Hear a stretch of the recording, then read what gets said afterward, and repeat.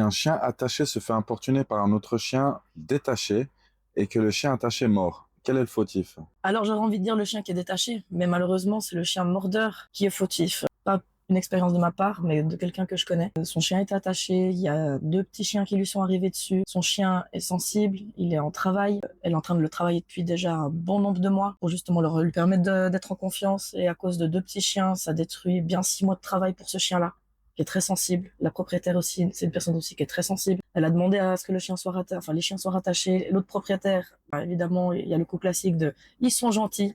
Ils ont importuné le chien qui a donné tous les signaux pour dire qu'il voulait pas être approché. Les petits chiens se sont approchés et il y a eu morsure. Et c'est elle la fautive.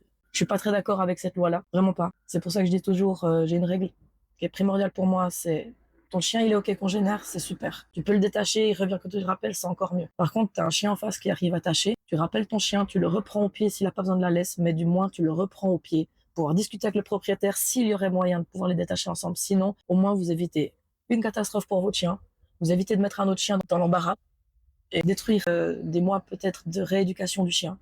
Et vous évitez de mettre un autre propriétaire sous le coup de l'émotion, de ne pas savoir gérer. Je pense que si tout le monde respectait ça, il y aurait bien moins de problèmes. Elle aurait dû faire quoi pour son chien? Ben, d'après le vétérinaire cantonal, donc on parle bien de la Suisse, elle aurait dû museler son chien même s'il était attaché.